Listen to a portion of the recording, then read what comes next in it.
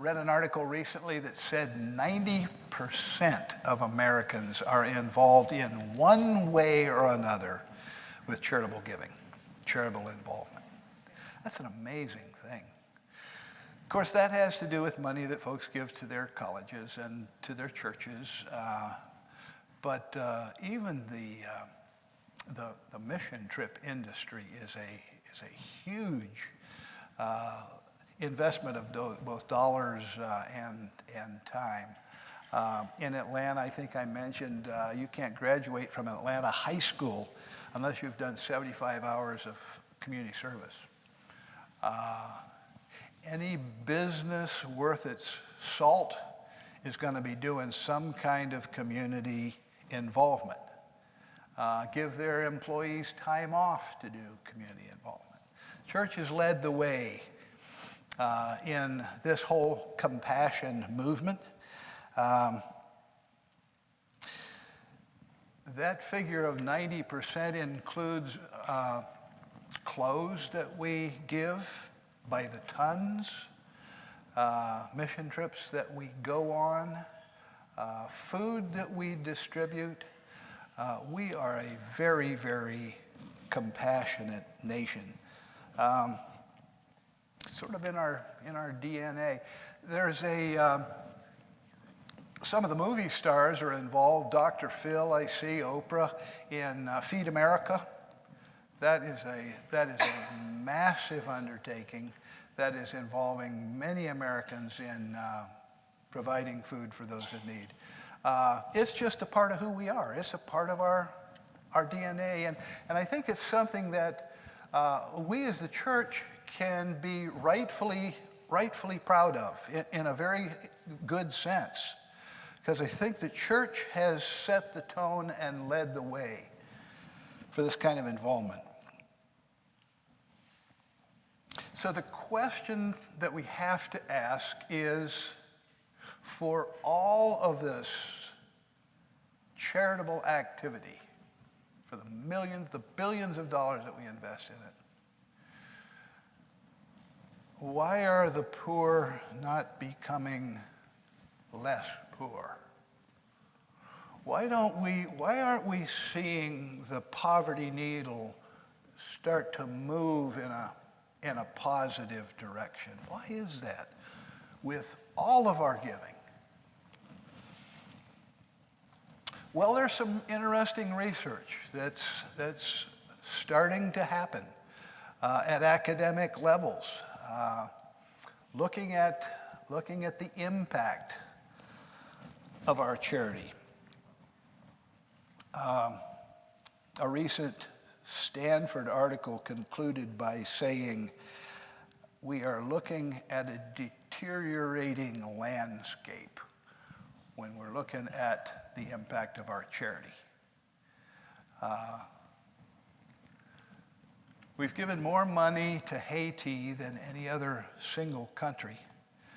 Prior to the earthquake of 2010, we had given $8.3 billion. That number more than doubled after the earthquake. And so with those kinds of billions of dollars that are going into that culture, you would expect that there would be some economic improvement. But the average Haitian today is 25% poorer than they were 40 years ago when the compassion boom started. What's wrong with the picture? I have written 6 books. None of them have sold, except this one little toxic charity book. And that thing has just, it's apparently struck a nerve, because it's selling like hotcakes to folks. Not only folks in the churches, but foundations and United Ways and various government level. I had the ambassador from Honduras call me and say, we've read this on our staff and our board, and we have We have 14,300 NGOs, nonprofits, functioning in Honduras, mostly U.S. funded. She said they're ruining our country. If we pull those folks together, would you come and talk with them about it?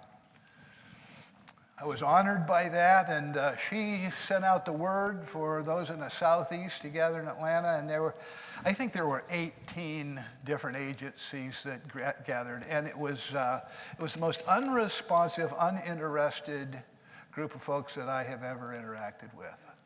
It was like, we're doing it right. What's your problem?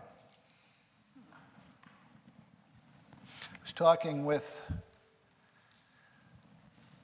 a banker from Nicaragua, a business guy who had left the banking profession and gone into micro lending, little loans for peasant people.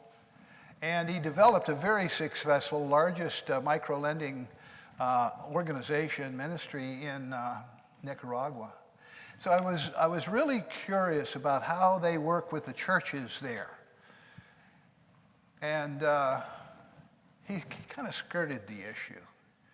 And so I pushed it a bit. I said, no, Juan, I'm really interested in, are you engaging with the churches at all?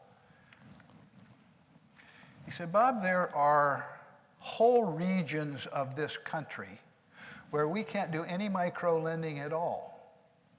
He said, those are the areas where there is a concentration of U.S. church partnerships.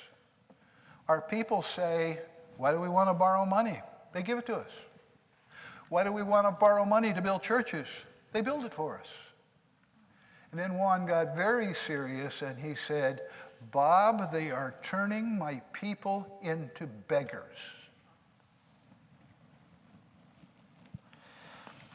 So what's the problem? Why aren't the poor moving out of poverty? Well, there's some interesting research on that. I'll share you a little bit. For one thing, we've been evaluating the wrong things. We've been evaluating how service impacts us. Was it a good trip? Was it well organized? Did we bond? Was it spiritually enriching? Did the kids have a good time? Was it life-changing? That's all about us. The questions that haven't been asked with any frequency is, how have we impacted those we went to serve? Those life-changing experiences, new research has come out, and they said those life-changing experiences tend to last somewhere between 6 and 8 weeks, which is the amount of time it takes to get back into our normal pattern of living and begin to forget the lessons we learned in those developing countries and resume the normal American lifestyle. Fortunately, there are some wonderful examples of people whose lives have been touched and turned around, and it set them on a whole new course, and those are legitimate. But on the whole, it hasn't been a life-changing experience.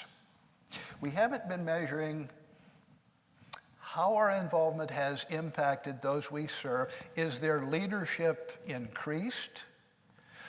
Has self-sufficiency improved? Have their businesses been strengthened? Have we helped them to make any kind of measured steps out of their poverty situation? We just really haven't been asking those kind of questions. We've been evaluating the wrong things. One of the reasons why the poverty needle isn't moving is because we have been measuring activities rather than outcomes. Activities are like number of people fed, number of folks who have visited our clothes closet, number of homeless beds that have been filled, number of meals that have been served. We haven't been asking, is the impact on those we serve moving them in any direction? Has self-sufficiency increased? Has there been any upward mobility? We have been asking those questions.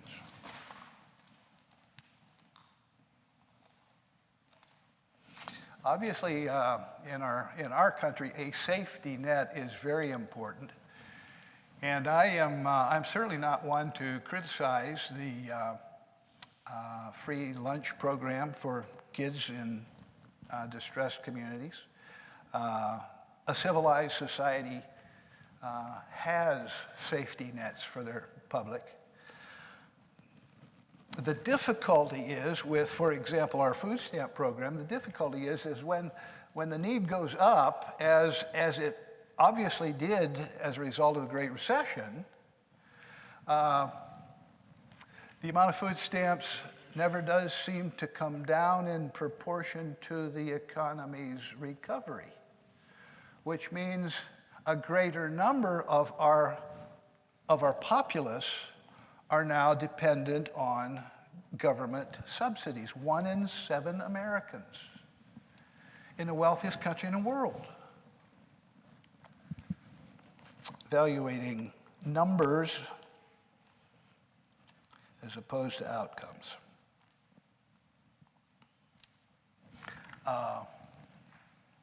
One of the best examples of actually is a Wesleyan church. I'll give you that. Is a competition between Nazarenes and Wesleyans ever, has that all been kind of settled? In the Wesleyan Methodist Church, we called you guys Snazarenes because you guys were a little bit better dressed than we were. But anyhow, there's a real hot shot of a pastor in Atlanta, and he's got a wonderful, growing megachurch. And he preached a sermon on feeding the 5,000, got inspired and said, that's what we're going to do as a church this Thanksgiving season. We're going to feed the 5,000. And they got their church all excited about giving out 5,000 food baskets. And the word got out, and a particular Saturday was identified, and first come, first serve. And folks started driving in from as far away as Alabama. And we clogged up the interstates. You couldn't get off the interstate exit. It shut the city down. You couldn't get emergency vehicles out. The police couldn't come out. It was a total disaster. But they fed their 5,000. It's just funny.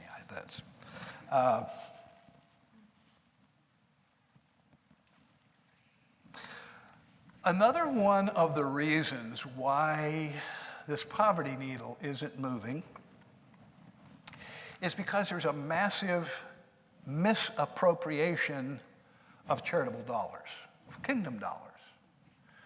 When Hurricane Mitch swept through Central America, particularly Honduras, a very hard hit, destroyed a lot of homes, and churches and other organizations rushed in to help rebuild, and thousands of houses were rebuilt.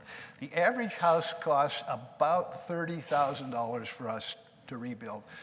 Houses which local Hondurans could have built for about $3,000. There's lots of costs involved in getting us down there, right? Feed and lodging. One college group took their spring vacation, went down to paint an orphanage in Honduras, and the amount of money that they spent for their 10-day mission trip to paint that orphanage, it was enough money to hire 2 Honduran painters, to hire 2 full-time faculty for the school, and to provide new uniforms for every child in the orphanage.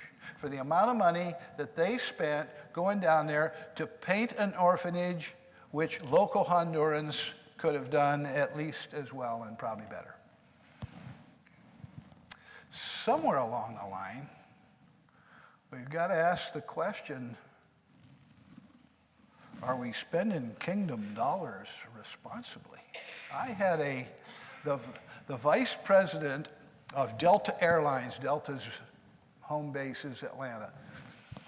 He told me that were it not for the mission trip industry to Central and South America, Delta Airlines would have to cancel a full 50% of their flights to those areas. A full 50% to the mission industry, mission trip industry. Missions giving is healthy, but Delta Airlines is getting it all. Somehow we've got to raise the question about how are we spending kingdom dollars here? And our marketing has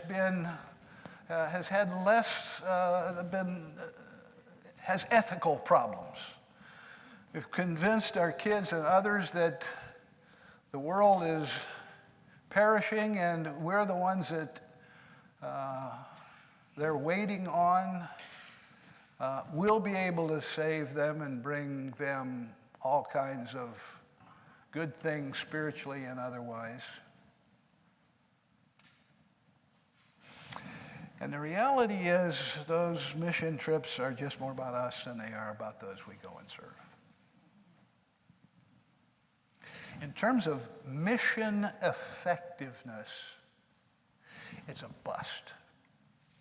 We are not enabling the poor to move out of poverty. Now, there are wonderful exceptions to this, but by and large, what the research is saying is that that's one reason why the poverty needle is not moving.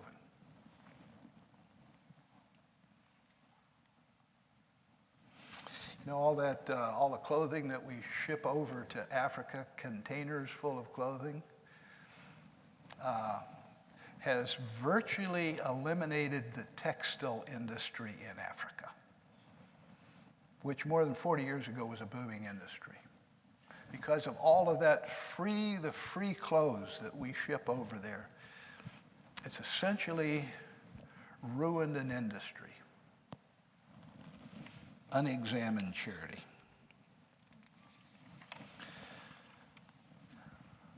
Well, that's pretty good news, right? Well, there is good news. There is good news. In this moment in our history, there is a seismic shift going on in the way we are doing charity. For the first time, we're waking up to the negative impacts from it. That little book, Toxic Charity, it's not because of the great writing. I'd like to think it was.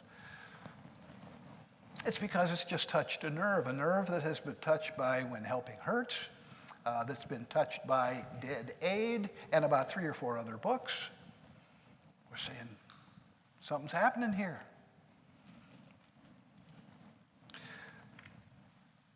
Business people are beginning to ask the ROI questions, return on investment. That's happening not only with the business leaders that are in our church, that's happening in foundations across the country. Most of our foundations have business people on their boards, and they're asking those same questions. What about our return on investment? Are we seeing any move among the poor? I get more calls to speak to foundation groups than I do to churches these days. Because there's a growing awareness out there that the paradigm has to shift. And this is a moment in history when that shift has to take place. If this is an uncomfortable discussion for us in our churches, there's good reason why it is. History is being shaped.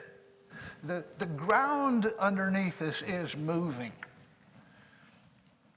The age-old paradigms of the way we've done charity for centuries are being shaken. There was a guy, back up from that, there was a medical practice that for about 4,000 years was considered good medicine and unchallenged. It started out in the Mesopotamian civilization, was passed up through the Egyptian civilization. Ancient Israel practiced this medicine, it was known as bloodletting. It came up through our fairly modern medical history. The theory was this: the source of diseases is caused from bad blood that stagnates in the extremities. And so to get rid of disease, you purge that bad blood and get rid of it. Bloodletting. And so it was practiced. George Washington, our first president, he had a bad throat infection. And his physician said, "George, we're going to have to bleed you a lot." And they bled him about 4 units of blood, and he was dead in 2 days. Now, history doesn't record that George died of malpractice. It said he died of a bad throat infection. We have no idea down through history how many people were victimized by an unsound medical practice called bloodletting. You know those, outside of a barber shop, you see those red and white poles go around? Historically, there were 2 professions that did bloodletting: surgeons and barbers. So if you want to get bloodletting, look for the little candy striped sign out there. You go in and get a good bloodletting. The last medical journal that I have found that endorsed bloodletting at all was 1946. That's fairly modern. Well, it's been more than a century ago now, there was a young scientist who was experimenting in his laboratory, looking down through his microscope. Young guy by the name of Louis Pasteur. And he discovered that it was germs that caused disease, not bad blood. And by the way, we have a circulation system. Blood doesn't stagnate in the extremities. And so he came out with this new theory that it was germs. And instead of bloodletting, you need to add blood. It's a transfusion. That would be good. Well, I want to tell you that the medical profession rejected that theory out of hand.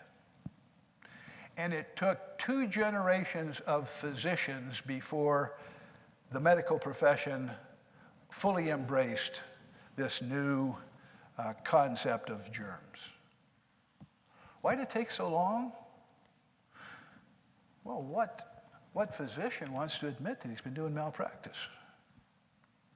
And so we'll continue doing this malpractice, traditional medicine, until a new breed of physicians who have more confidence in scientific finding finally accept that the germ theory is the right theory. And then, of course, that changed everything. Changed the entire medical practice that had been unquestioned for nearly 4,000 years. I think something similar to that is going on in our day and our watch as it relates to the charitable industry. I've never seen the kind of discussion that is going on in churches, foundations, in city government, in United Ways. I've never seen those kind of discussions go on before. Our charity has been largely unquestioned, unexamined. But this is a different day. There's a seismic shift that is going on. And those of us who tend to be entrepreneurial are loving it. We want to be shapers of history. Those who are more status quo folks they're frightened by it. There's serious disagreement. It's like the 7 last great words of the church. We've never done it this way before. And so it's changing whole industries. You know, let's see, it's the Association of Union Gospel Missions. That's about a 150-year-old network, association of homeless shelters. And they've been all over the country. They've been around forever. Most every downtown area has them. And for all of their history, they have never charged for a bed or charged for a meal. They had an abiding theology that says God's grace is free, his love is free, therefore we will never charge anyone for the love that we give. Strong theology that guided that whole network of hundreds of missions until this moment in history. That little book came out and somebody read it and they invited me to their national conference about 4 years ago. And I did a little toxic charity talk. It was like sticking a stick in a beehive. It was an angry swarm of folks messing with a sacred theology. There are a couple of adventuresome folks that took that idea back and started to implement parts of that in their mission. And so then I started getting invitations to go to this regional group, which is still pretty volatile. And then other individual missions. And that whole industry has changed in a period of less than 10 years. Until charging for meals, till assuming that every one of our guests has something to contribute here. And you come in here, and yes, we're gracious, but everybody's got to make their bed, and everybody has a job to do, and some will work in the kitchen, and some will work in the laundry, and some will mop floors, but everybody has something to contribute. And you don't stay here very long until you enter into a step-by-step, a relationship with a caseworker that'll help you start unraveling the tragedy of your life, get you on proper medications, guide you through legal issues that have been dogging you, get you back into right relationships with your families, start paying off unpaid child support,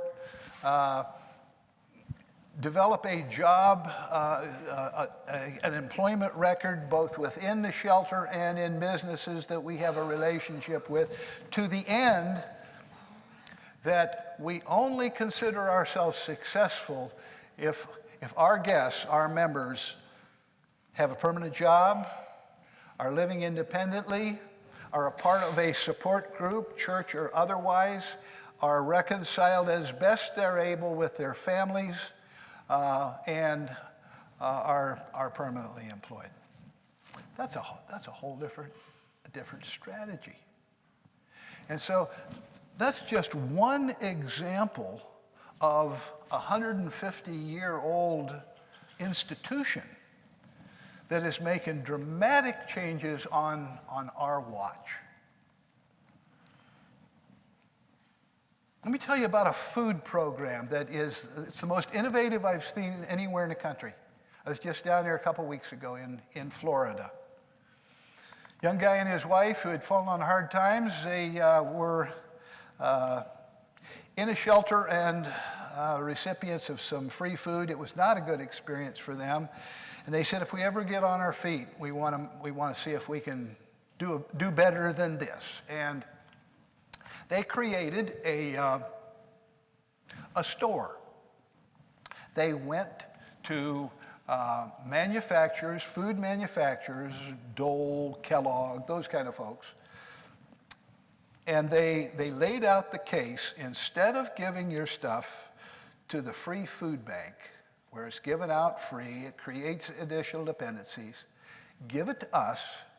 We will sell it for 30 cents on the dollar. Huge bargain. We'll sell it for 30 cents on the dollar, and we'll take that money to not only cover operations, but to set up a step-by-step process whereby our qualified members move from their poverty situation, move from dependency into independent living. And we'll track every one of them so that your contribution not only will feed people, it'll give them the dignity of purchasing, and it will be a measured strategy to move them out of poverty. Businesses love it. They know, business folk know they know deep in their hearts that it's not good to keep fostering dependency. They know it. And so this young couple has created a supermarket. And it's done so well that 2 other cities have invited them to come. Now they're in Orlando. Now they're talking about coming to Atlanta. That's a whole new model where we're challenging this whole giveaway mentality that Feed America seems to miss. Feed America gives the hungry child sad eye picture that touches all of our hearts, but they don't offer a thing that moves people out of poverty. There's a model of a young couple who said, we can do better than this. And they're now in 3 cities called United Against Poverty. United Against Poverty, Inc., in case you want to look at it. Best model I have seen anywhere in the country. That's all new. And I want to suggest that if in our churches we want to venture out on the frontier of what's new, what's working, what are some best practices, we go and visit those folk. We see how they're doing it. And not be satisfied to simply go along with the malpractice of the centuries, but be a part of a whole new paradigm. I told you about our Pride for Parents, our Christmas store. That idea is being picked up by churches and schools all across the country. Doing toy parties where they charge folk, partnering with schools in their neighborhood. So they're bringing their toys in there and set up a toy store. Very, very modest kind of giving. What they do with their money is unique, but that's a creative process. That stuff it's creeping across our country, and it reflects a whole new time, a whole new change of paradigm for us. New missionaries. You know, our history has been sending missionaries out all over the world, full-time missionaries. Used to be we send them off, you don't see them for a decade. Then they come back from strange and wild places and show us slides of witch doctors and all kinds of, I always wish they'd show more slides of scantily clothed people, but that was, that was when I was a kid. That was the Wesleyan.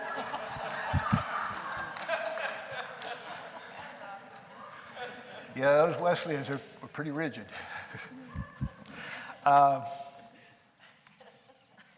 You know the mission season, right? When the missionaries come back, I grew up with all that wonderful stuff. Those are folks that went over and made a commitment of their life. Well, that's pretty well gone. We have a few of them out there, but that whole full-time missionary emphasis has largely dissolved in our lifetime, and it's for a number of good reasons. That emerging countries have said, we don't want these foreigners doing stuff in our land. You're colonialists, so they charged us for taking over, and so they sent us out of their country. So we were not too welcome as we once were, and so there's a number of reasons why the full-time missionary has been replaced by the week-long mission trip missionary. We're still very engaged in missions, but the impact of this short-term mission, the cost is no less. I mean, we're spending the money. But the impact and the results are, by any measure, abysmal. So what's happened? What's the answer to this? Well, let me tell you what countries really want these days and need, developing countries. People with business expertise. People who help them stimulate their economy. That's what they really want. Some educators, sure. But no, the developing countries need, in most developing countries, I'm most familiar with Nicaragua, and it's typical. There's no middle class. You've got a narrow band of wealth at the top that controls 90% of the economy. In Nicaragua, that's 12 families. And then at the bottom, you have a band of micro entrepreneurs, folks running little business, hustling. Those are the kids that are running alongside the mission bus trying to sell you nuts. And those are folks that are weaving baskets, and they're living off of their crafts, and they're surviving, but they're not thriving. That's a whole band. It's an informal economy. Nobody pays taxes. Nobody keeps track of the sales. And so that's how the poor live, on this informal economy. And that's why they get so excited when they hear the tourist bus coming, because that means we're going to sell some of our products and we're going to eat tonight.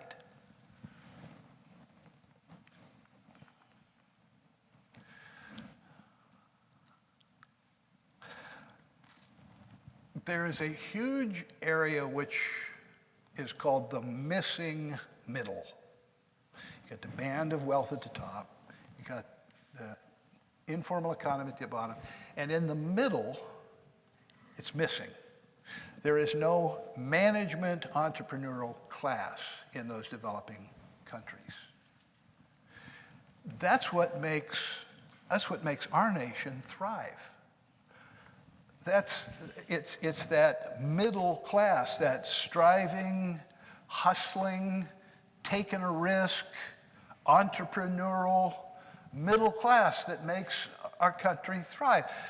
That's 80% of our new jobs every year. And small and medium enterprises, SMEs they call them. That's 80% of our new jobs every year. That's 50% of our GNP. We are rich in our entrepreneurial society. Not the very wealthy, but it's the entrepreneurial class, and we are rich with them. We may do that kind of entrepreneur business better than anybody in the world. Our pews are full of folks that are doing this. They are the ones that we go to support our kids that go on mission trips. We ask them for their money, and we're glad that they're tithing church members. But seldom do we ask them to personally engage in a redemptive mission using their business skills. Seldom do we do that. Let me give you one example of a friend of mine that he's using his business skills in an amazing way. Bill is, he's a little younger than I am. He's an importer of Pier 1 type furniture. You ladies know what that is. I can't explain it, but it's furniture. And most of that is manufactured in the Pacific Rim. And he has always had a hard time with quality control and timely shipping. He finally got so frustrated that he said to his wife, "We can do better ourselves. Let's just go to the Philippines. We'll set up a little manufacturing operation there and we'll start producing this stuff ourselves." And so they did. That's been 12 years ago. I saw him at a Christmas party. It was last Christmas, and I said, "Bill, how's your business going?" He says, "Going good." He said, "It's a lot of hard work." But he said, it's doing well. I said, "How many folks you got working for you now?" Oh, he said, right at 3,000. I said, you're kidding. He said, yeah, we set up factories in 2 adjacent villages, so we've got them in 3 villages now. I said, that must be having a real impact on those folks. Oh, he said, yeah. He said initially folks were coming to work, our employees, and they were sweating and shaking. He said they had these tropical diseases, and he said, you can't run a business with a sick workforce. So he said we had to hire a doctor and have health care. He found out that most of those with minimal treatment, folks can really function well, and so we had to do health care for all of our employees. And he said moms were coming to work with infants, and he said, you can't run a business with babies in there. And so he said we had to set up daycare for those with infants. And then he said most of the kids, by the time they're about 3rd grade, drop out of school. And he said they'll never go anywhere unless they have an education. So he said we scholarshiped the kids of all of our employees so they go to a full 12 years of high school. He said some years our profits have been exceptionally good. He said it made us think, this workforce is really loyal, hardworking. We ought to profit share. And so we set up a profit-sharing system so everybody benefits from this. He said, some of the other large businesses that are in the area, he said they're starting to pick up those practices because they're just good business sense. He said, now what they don't do, he says, we've started 3 churches, and he said, they don't get into that, but he said, what kind of impact does that have on the economy around? Oh, he said, it probably creates at least that many auxiliary jobs. The guy that had the bicycle, now he's got a rickshaw on the back, now he's in the taxi cab business. And somebody's making tacos for the workers, now they're in a restaurant business. He says it's probably created about 3,000 additional jobs in the area. He said you can see the impact and the evidence just in the quality of life. Not in our workers, but in their villages. He said, yeah, they're prospering. One business guy that wanted to use his business savvy, his instinct, to do good and to do well at the same time. You could send missionaries into that area for the next 50 years, and you wouldn't see that kind of elevation out of poverty. That's because the missionaries that historically we've trained are not business people. They're not MBAs.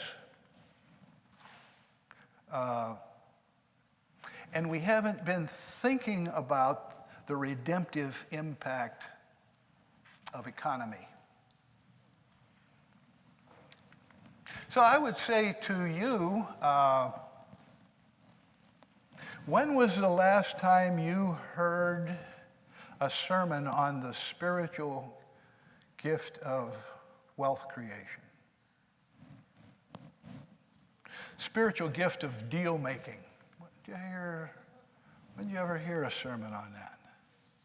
That's a God-given gift. There are some people who are just wired up to do that, to do deals. And for the most part, they feel kind of unspiritual. I talk to these guys, and all they can do is deals and make money. Of course, pastors love them because if they tithe.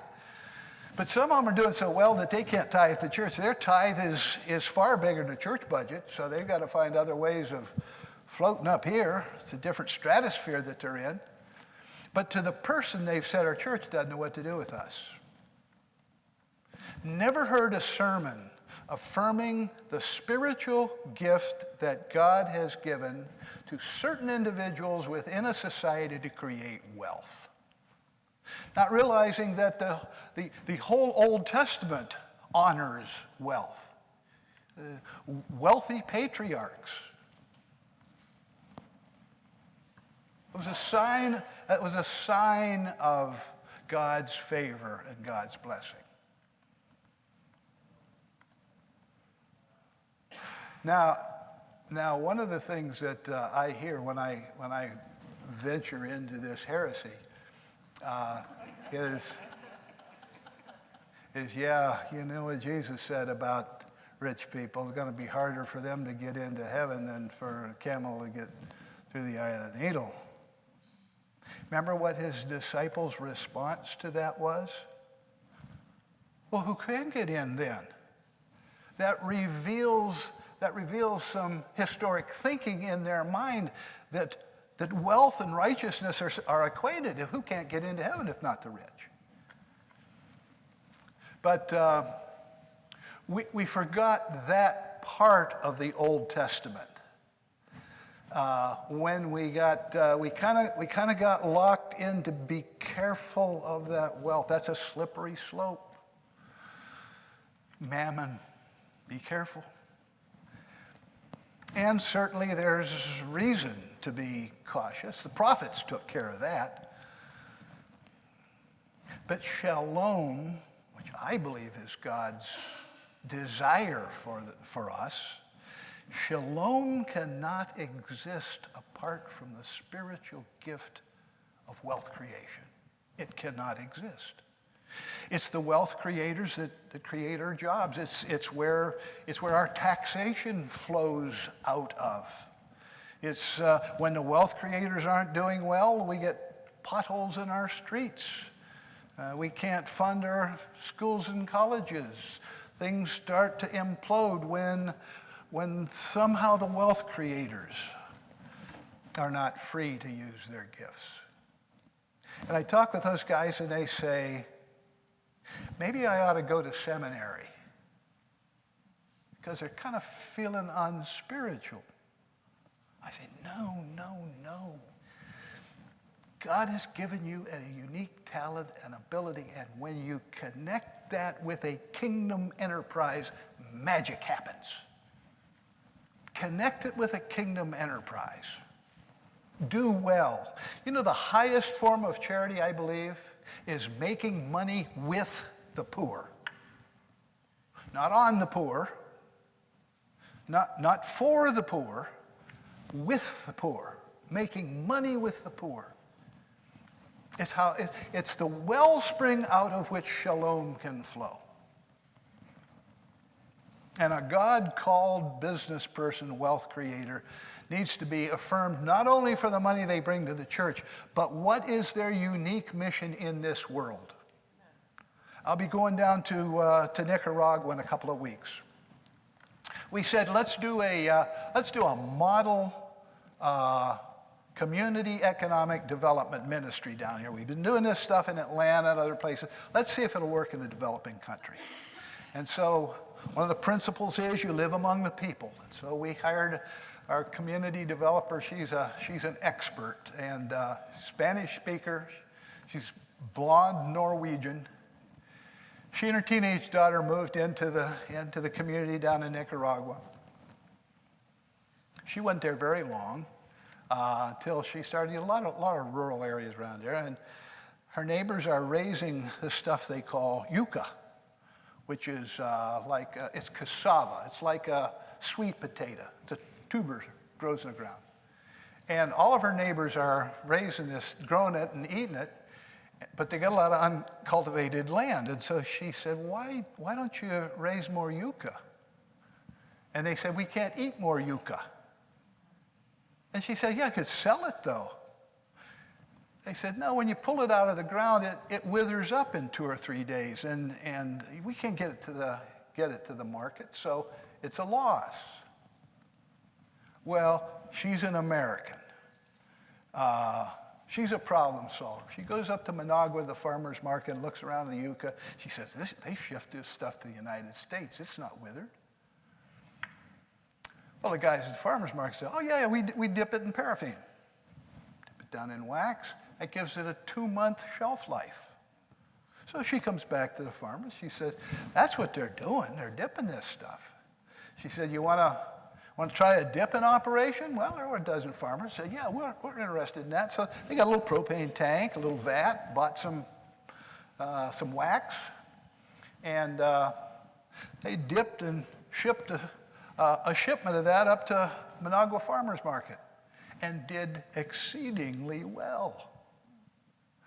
Now the word gets out, now there's 40 farmers.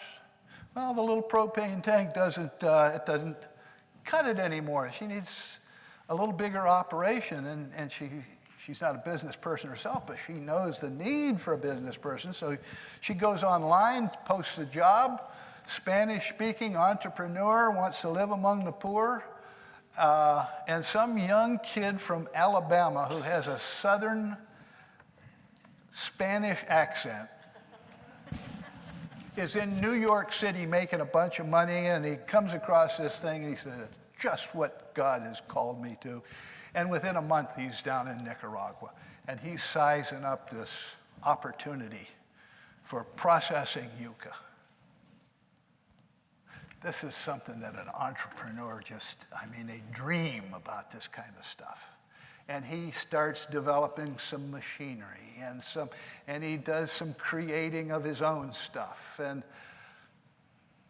that's been 5 years now. We'll go down there for the dedication of the finished plant in a couple of weeks that is serving 1,000 farmers in that region who are growing yucca and shipping it all over Central America and up into California and into Miami. And you can see the quality of life improving. You can see instead of oxen, now they've got tractors that they've gone together to buy. Instead of a horse, now they've got an old pickup. Instead of a thatched roof on the house, now they've got corrugated metal. You see visible signs of improvement in that entire region. That's because a person who has the spiritual gift of wealth creation responded to a call to use that ability to impact the lives of the poor. We've been taking the wrong folk on mission trips. We've been taking servers, and that's wonderful. But we don't need more servers. We need business people with business sense. A business person sees the world entirely different. You can be driving along in a developing country in your van, and the servers look out and see those little kids run alongside, and they don't have any shoes on, and their hearts go out to them, and they want to buy some of their nuts. And a business guy looks at that wild bamboo growing alongside the road. He said, my gosh, you know how much bamboo is? If it just grows wild here, I wonder if we could set up a processing operation. We could hire farmers to plant bamboo, and we could create a for-profit business out of this. That it would employ hundreds of folks. And not only in that process of hiring workers, now you need managers to manage those operations. There's where your training comes in. And so that food processing plant, it's got a whole cadre of young Nicaraguans who are learning the manufacturing business by doing it. That's moving Nicaraguans into that missing middle that the country desperately needs. We've been sending the wrong folk. We need to be doing investment trips. We need to be investing in godly business people who are creating jobs. Remember John Perkins' word this morning? What the poor need? Wish I could say it like John. Jobs. That's why the poverty needle isn't moving. We've been deploying the wrong folk. And those that have the spiritual gift of deal making, of wealth creation, we've been glad for their money, but we haven't seen them as the frontline history changers that God has uniquely equipped to bring a world out of poverty. And other than that, I don't have any opinion about this. Let me stop. Comments, questions?